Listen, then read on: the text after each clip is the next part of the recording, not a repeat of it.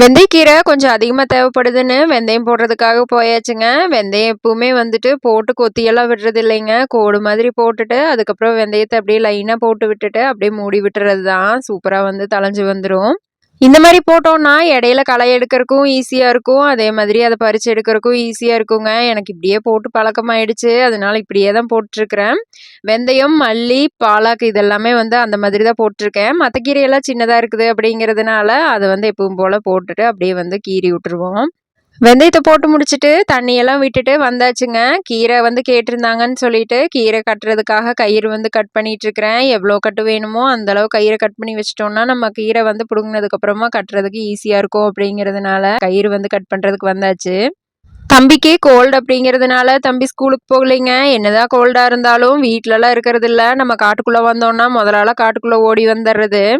வெயிலு சரியான வெயிலுங்க. வெயில பார்த்துட்டு இருந்தா வேலைக்காகாதுன்னு சொல்லிட்டு காட்டுக்குள்ள வந்தாச்சு. சிறுகீரை, அரைக்கீரை, முளைக்கீரை, பாலக்கீரைன்னு எல்லா கீரையுமே கேட்டிருந்தாங்க. பருப்பு கீரை கொஞ்சம் அதிகமாவே கேட்டிருந்தாங்க அப்படின்னு சொல்லிட்டு கீரையெல்லாம் பறிக்கிறதுக்கு போயாச்சு. பாலக்கீரை வந்து கழுவ மாட்டோம் அப்படிங்கிறதுனால கடைசியா பறிச்சுக்கலான்னு சொல்லிட்டு மற்ற கீரையெல்லாம் பறிச்சு வச்சாச்சு. என்னதான் நம்ம ஃப்ரெஷ்ஷா அப்பத்திக்கப்போ நம்ம பறிச்சு கொடுத்தோம்னாலும் நம்ம பாட்டுக்கு பறிச்சு வெயில வச்சிட்டோம் அப்படின்னா அவ்வளோதான், கீரை எல்லாமே வாடி போயிடும். என்னதான் தண்ணியில நம்ம நனைச்சு வச்சோம் அப்படின்னாலுமே வாடி போயிடும். அதனால கீரையை பறிச்ச உடனே கையோட அப்படியே தண்ணியில் நனைச்சு கொண்டு போய் நிழல்ல வச்சுட்டோம் அப்படின்னா கொஞ்சம் நல்லா இருக்கும். எல்லா கீரையும் பறிச்சு கழுவி கொண்டு போய் வச்சாச்சுங்க. கடைசியா பாலக்கீரை அறுத்தரலாம் அப்படின்னு சொல்லிட்டு வந்துட்டேன். பாலக்கீரை அறுக்கிற இடத்துல தாங்க பயங்கர வெயில். மற்ற இடத்துலையும் கூட கொஞ்சம் கொஞ்சம் நிழல் இருந்துச்சு. பாலக்கீரை இருக்கிற இடத்துல பயங்கர வெயிலா இருந்துச்சு.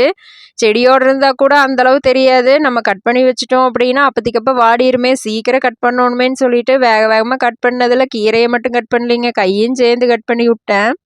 3 கட்டு பாலக்கீரை தாங்க கட் பண்ணியிருப்பேன். அதுக்குள்ள விரலையும் சேர்ந்து கட் பண்ணியாச்சு. ஐயோ! நேரமான நேரத்துல இது வேறயா அப்படிங்கிற மாரி தான் இருந்துச்சு. சரி இதுக்கு மேல ஒண்ணும் பண்ண முடியாதுன்னு சொல்லிட்டு போய் கைய நல்லா தண்ணியில கழுவிட்டு, அதுக்கப்புறம் பேண்டேட் எடுத்து ஒட்டிட்டு மத்த வேலைய பார்க்கறக்கு போயாச்சுங்க.